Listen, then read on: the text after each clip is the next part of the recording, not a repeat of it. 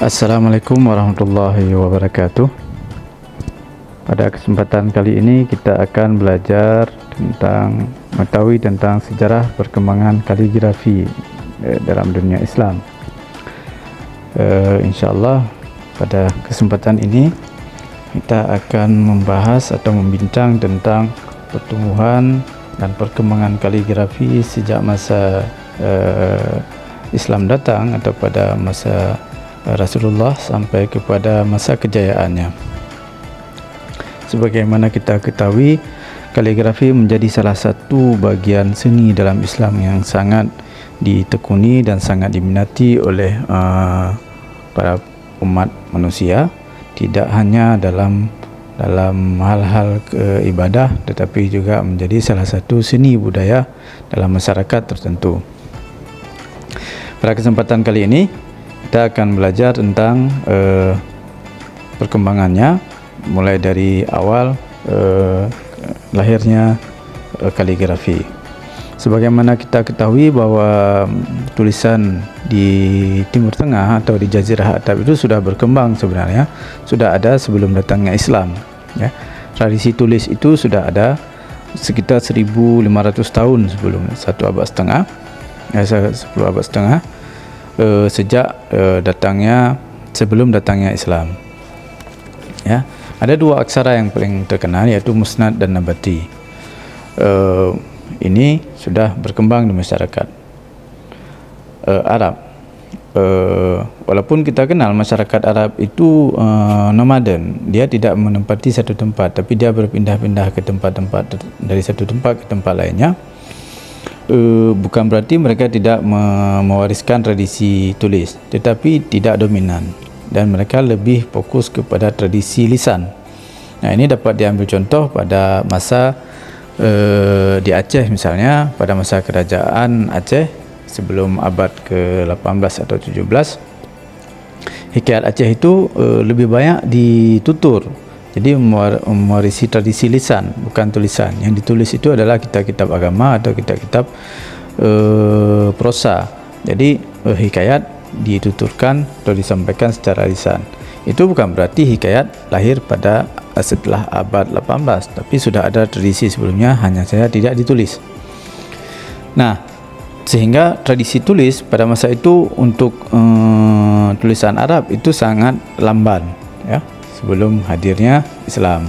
Nah, pada saat hadirnya Islam, kita tahu bahwa wahyu pertama itu memerintahkan Nabi Muhammad, ya, baginda Rasulullah, untuk Iqra, membaca. Jadi dalam surat Al-Alaq, dari ayat 1 sampai ayat 5 disebutkan, Bismillahirrahmanirrahim, Iqra bismi rabbikal ladzi khalaq, khalaqal insana min 'alaq, Iqra wa rabbukal akram, alladzi 'allama bil qalam, 'allamal insana ma lam ya'lam. Jadi ada penguat di sini, alladzi 'allama bil qalam, yaitu yang mengajarkan dengan kalam.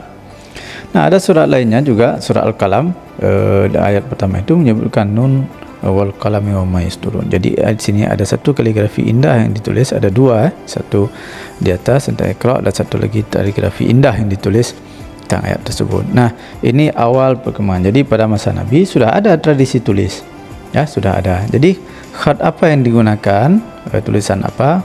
Nah, ini kita lihat pada periode pertama. Jadi pada peringkat pertama yang banyak dikenal di dunia Arab itu adalah khat kufi. Khat kufi itu dianggap sebagai khat paling tua, kaligrafi paling tua dalam dunia Islam atau dunia Arab. Nah, hanya saja pada masa sebelum lahirnya titik ini, jadi tulisan kufi itu tidak ada titik. Jadi hanya khat, garis baik horizontal atau vertikal, ya, horizontal atau vertikal seperti gambar di bawah ini. Nah, itu bagi orang Arab itu sudah biasa karena mungkin mereka berbicara bahasa Arab, ya. Tapi kemudian ada usaha para sahabat, para tabi, kemudian seperti salah satunya adalah Abu Al-Aswad Ad-Duwali. Nah, Abu Al-Aswad Ad-Duwali meninggal pada 69 Hijriah, ya. Nama aslinya itu Zalim bin Amr, ya. Beliau ini dikenal sebagai pakarnya ilmu nahwu atau pakarnya gramatikal Arab, ya, gramatikal bahasa Arab, tata bahasa Arab, dan dianggap sebagai dan digelar sebagai bapa bahasa Arab. Nah, jadi beliaulah yang meletakkan pondasi dasar terhadap khat kufi, baik itu titik atau harakat. Jadi sebelumnya tidak ada titik, kemudian misalnya ba ditambah titik, tak, titik yang dua di atas, dan seterusnya. Jadi ini adalah rumusan yang dibuat oleh Abul Aswad Ad-Duali, ya. Nah, atas jasa beliau kemudian orang-orang non-Arab itu lebih mudah membedakan huruf-huruf yang sama, tapi dia dibedakan bunyinya beda dengan dilihat titik. Nah, dengan ini berawallah perkembangan kaligrafi pada periode pertama. Nah, periode kedua itu mulai akhir Bani Umayyah. Jadi sebelumnya itu semua lebih banyak menggunakan khat kufi, ya. Nah, pada awal Bani Abbas itu, tepatnya pada masa Al-Ma'mun itu, ya, sudah mulai ada gaya-gaya baru dalam dunia kaligrafi. Gaya ini kemudian dikembangkan oleh setiap orang yang punya karya seni, punya jiwa seni, jiwa lukis, jiwa kaligrafi yang luar biasa. Bahkan menurut catatan Ibnu Nadim dalam kitab Al-Fihrisnya, kitab yang paling tebal itu, ya, ada 24 jenis gaya khat. Nah, 24 jenis gaya khat. Bahkan kemudian karena semangatnya para khattat ini, ya, pada jenis kaligrafer ini, hingga bertambah 36 jenis. Nah, ini pada periode kedua. Nah, masuk kepada periode ketiga, itu periode penyempurnaan anatomi huruf, iaitu bentuk lekuk huruf dalam kaligrafi. Bagaimana kaedah alif, bagaimana kaedah ba, dan seterusnya itu. Nah, orang tokoh paling penting di sini ada Ibnu Muqlah. Ibnu Muqlah ini dianggap sebagai bapa kaligrafer Islam, ya. Nama aslinya itu Abu Ali As-Sadar Muhammad bin Al-Hasan bin Muqlah. Jadi Ibnu Muqlah itu merujuk pada nama kakeknya, lahir pada 272 Hijriah atau 885 Masehi, dan meninggal 328 Hijriah atau 939, sekitar 399. Nah, Ibnu Muqlah dan bersama saudaranya ini Abu Abdillah kemudian memilih dari 36 gaya kaligrafi tadi, gaya khat itu menjadi 14 aliran. Dalam 14 aliran kemudian dipilih ada 12 kaedah utama, ya, yang menjadi pegangan bagi para khattat, kemudian para kaligrafer, kemudian sampai saat ini. Nah, beliaulah yang dianggap paling banyak berjasa dalam pengembangan kaligrafi di dunia Islam. Nah, ini dianggap sebagai periode ketiga, ya, periode ketiga. Kita beralih kepada periode keempat, di bawah generasinya itu 1 abad kemudian ada seorang bernama Ibnu Bawwab, ya.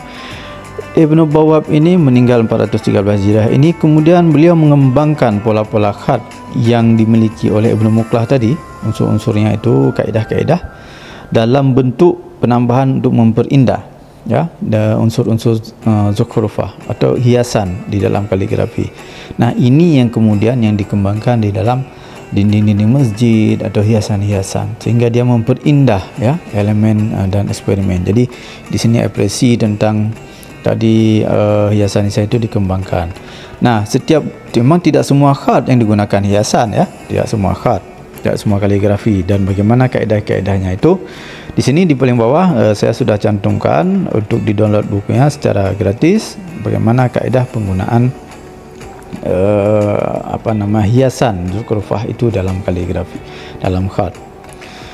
Nah, itu yang dikenal dengan Ibnu Bawwab pada periode keempat. Nah, berlanjut kepada periode kelima, ini adalah masa pembedahan dan pengolahan gaya-gaya penetapan. Jadi jika kita tadi melihat ada sekitar 12 kaedah, kemudian dikembangkan lagi dan semakin meluas. Nah, kemudian pada periode kelima ini beberapa khattat dan terutama Yaqut al-Mu'tasimi ini membuat kaedah, bukan membuat tapi menetapkan kaedah